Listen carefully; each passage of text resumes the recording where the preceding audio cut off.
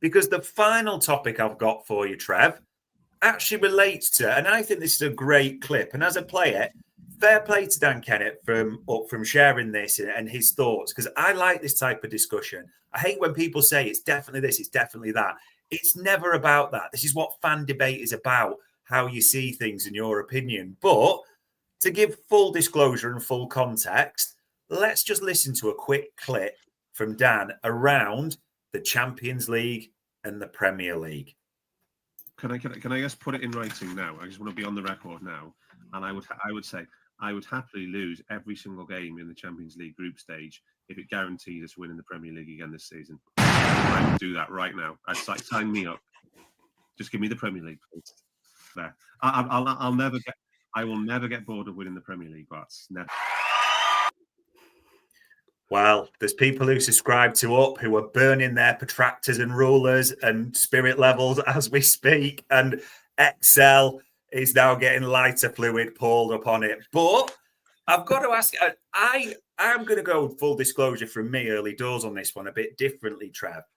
I can understand that and I can get that because of the relevance of the league and the Premier League and what they both mean to us at the moment. I'll probably look at the chat panel where people have got strong thoughts on it. But your thoughts on that clip, that statement? I'm obviously I've found Dan, and I totally get the point he's making there. I really do. And as an old boy, older than Dan, I should be saying, well, the league's your bread and butter. What I want to say is what you just put up from Jennifer there. Why not both? But you know, which is obviously our default setting. I am greedy and I do want both, and I think both are attainable this year. I really do. But if the whole point of this is which one. So I'm going to push back a little bit here, and nobody who knows me from the channel will be surprised at this. It's not to take up a different position to Dan. It's for me to be consistent. And for me to be consistent would be to say that for me, the only trophy in the world that I just think is so absolutely special is Big Ears. It's one of the most remarkable things. It's how I became interested in football, was watching Kenny win it for us in 78 as a baby. I didn't know what I was doing. I was only 5. And I was in a room and I saw that dink. And I don't know if I remember at the time live. I could be convincing myself. But I was aware of the excitement, and I was a Liverpool fan in my head from that moment on. And so the European Cup is hugely important to me. And it will never be anything other than the big one, as far as I'm concerned. I love the idea of Liverpool as a European powerhouse. Yeah. I think it gives the status to the club that I feel the club deserves. There's a lot to be said for winning back-to-back Premier League titles, going ahead of United, clear of them. That's huge. Don't get me wrong, it really is. And yes, the league is our bread and butter, and yes, it's what we watch every week and we obsess over more than anything else. But for me, if you're asking me this season, you can have a choice between one or the other. Yeah, I want the Champions League. That's what I want. I want us to win that next one. I want us to keep knocking those Skittles over. I'll tell you just to wrap it up. I feel that during Klopp's period at the club, that we left trophies on the table. Yeah, we did. And we walked away from finals empty-handed. And I was saying it to a friend of mine today that in many ways, Klopp, for all his success, when it comes to hard metrics in terms of trophies won, you compare him to a Mourinho or a Guardiola, and he's, by comparison with those guys, an early man. He was a cultural monster, an absolute giant at our club, and he's the main reason why we have a cultural success that could lend Arne Slot a team to win the league. No one's denigrating Jurgen Klopp, but I feel like we left trophies behind us. It galled me immensely. losing Champions League finals is literally the worst thing I've ever experienced. And it's happened too often. So I want us to put that right this season. I want us to be the kings of Europe. It's just nothing does it for me like that. Isn't it mental how the transfer or the chats just come alive here, isn't it? Rowan saying those finals against Madrid. Yeah. Still, yeah, they do. I don't agree or disagree with that at all, Rowan. Jennifer there saying if pushed, the league first, then Champions League. And again, because I did want to ask you about that and the Champions League angle, because it would be number 7, the 7th big ears. There's, I think it's at the Puskás Arena, Budapest. So we've got a couple of Hungarian boys, so we'll have their eye on it at the same time as well. But the big, it's never direct comparison and, apples and oranges argument. But Jurgen Klopp won a Premier League and a Champions League, didn't he? Had the 2 big trophies on the docket.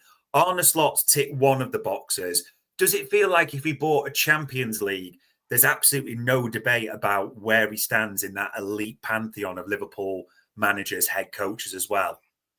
Oh, I mean, he's already got his gorgeous shiny bonce on the big banner with the big heads of lads who've won leagues. If he gets a Champions League as well, I mean, not only is he equaling the sort of big trophies of the other man, but it's in back-to-back seasons. I mean, that's just well, what it would be, I think, massive for him as well, because he doesn't have that European pedigree himself as a manager. And I think it would be terrifying to think what Arne Slot could become in terms of a success monster if he gets a European Cup under his belt this season. I would say, you know what? Yeah, we'll have to roll with the punches, and Virgil will eventually retire, and Mo will eventually leave, and Ali will eventually go. But if we've got that lad at the helm for a period of time where we're winning things back to back and big things back to back in his first 2 seasons, dude, we're looking at a period of dominance, which is, again, to go back to the Klopp era, man, that's all I ever wanted. Not a period where we're challenging, and if things were right and they weren't mean and we didn't have to deal with the cheating blue merchants up the road, get rid of the caveats. Just win and win again. And then when you win that, win another one. That horrible, repetitive, boring, grinding inevitability of success. That's what I want. Yeah. And you're right. Just to put number 7 on that trophy wall, it's like in 2 years, there's a legacy there. No one really talks about a 2-year legacy, but it just would be, like you said, it would feel special. You can't debate it any other way. And yet, Trev, look at that photo on the screen there and how good and how special that moment was. And think about going 21. So going 1 ahead of them down the East Lancs Road, clear in that metric, no tying on 20. Going back to back on league titles and what that's meant recently, like you said, with the, the 130 as they are now, and that metric as well. Just seeing Arsenal hopefully be second again, and with everything they've spent and those bits as well. Just what almost that would mean again and it's sometimes unfair to compare, but Slot going 2 leagues ahead of 1 for Jurgen Klopp. There's a lot of sexiness to that at the same time, isn't there? Oh, look, what we're doing now is this is like what I always call tough at the top headaches, and that's what you want. But if there's some sort of cruel bastard out there who's dangling either or in front of me, and for the sake of this show, nominally speaking, that's you. If I can only grab at one paw, I will grab at the big eared paw. I absolutely will be delighted if and when we win a second league, and even if we crash out like Dan suggests and burn in the Champions League, if we win the Premier League, there'll be no happier boy knocking around than me as a Liverpool fan. Back-to-back league titles, oh my God. And realistically speaking, back to Jennifer's thing, I am why not both. But if you're going to make me call it, I just want another European Cup. Yeah, I've always found in life I can play this bastard role very well. It's a natural talent I have when I bring the discussion into the mix. Just we've all got our talents, haven't we, people? And the final bit I did want to finish on, because I like the way you articulated that. We've all got our thoughts or our opinions, and we talk with our heart on this show, but we want to be clinical at the same time. What is your head, your gut, honestly telling you this season about where we go? As in, your heart is leaning towards Big Ears. That's what you'd love. But is your head leaning more towards you think the title's more likely? Or are you realistically putting your hands together on this one, Trev? If you... Well, look, we have a sample size there of what we can do in this league. We haven't had an easy start, but we've got a sample size and we're knocking out of the park in terms of points on the board. So we're already well ahead in that queue. And we have one game in Europe against a very, very solid opponent who came to not lose a game. But just on the basis of the evidence accrued so far, I would say that it looks like, and I've said this to you, like I can't remember any time as a fan where I felt that it's kind of on us to win this league. Yeah, you know, and this is not it's not arrogant at all. It's just like if these lads do what they're supposed to do to the best of their ability most of the time, the league will get won. That's just what a position it is to be in. Crazy. To be able to say that, Dave. It's wild. Yeah, it absolutely is. And there's a word that you've used throughout tonight, which I think it's been a bit of a sea change in recent years or so, or maybe the last 18 months, especially firmed up in this window. We are an elite club now.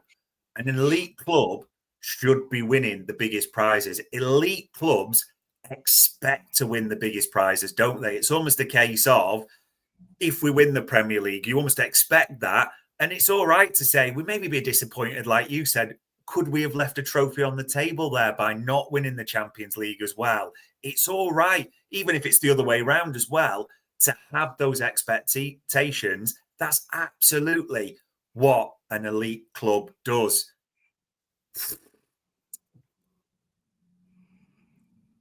So the final bit, and I kind of lied when I said it's a final question, but we're treating me like a Tory politician on this one.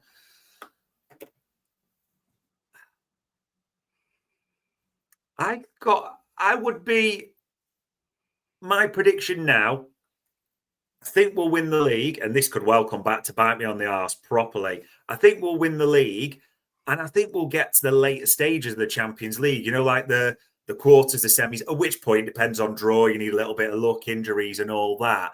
But I fully expect this team to win the Premier League and get to the later stages. Are you feeling that as well?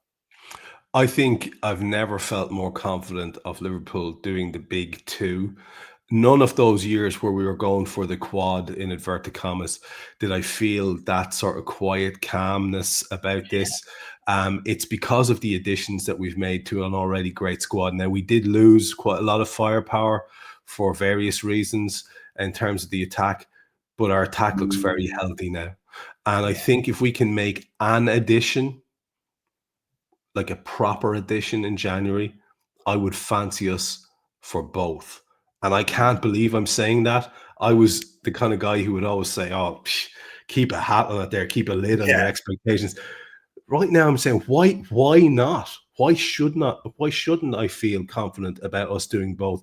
And in many ways, a successful run in both competitions will help the other one, because we have such a deep squad. If we can avoid injuries, we're looking at lads who will be happy, fit, firing, contributing. You'll have Chiesa doing bits. You'll have Rio doing bits. You'll have Cody Gakpo doing bits. You'll have Florian Wirtz slowly building to a Ballon d'Or. You'll have Alexander Isak slowly building to a Golden Boot. Oh, dude. I want to believe, like Mulder, that both are possible. People, all those players, Wirtz, Isak, Salah, all those attacking talents. And as we said at the start of the show, we've got Satan on a season-long loan, Beelzebub on a buyback or whatever we've got him on as well.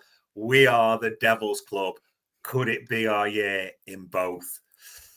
What a way to finish the show. 4 big decisions made, ladies and gents. We might need to change a bit of personnel to get it clicking, but the improvements are there. Not one single worry have we got about last-minute winners. Bring them all on, regardless of what it takes in our lives. Renew them all. Edwards, Slot, Hughes, but make sure you get Arne Slot tied down first of all. And Champions League or Premier League picks, ladies and gents, put your hands together. It's as simple as that. This has flown by, Trev. We've gone past the hour, as we always talk about, but we've covered it all. All it really leaves me to say, mate, as ever, is for all the insight, for answering everything I've prodded and probed you with, it is massively appreciated. Great fun as ever, man. Look forward to the next one. And ladies and gents, that was a big decision special for Anfield Index.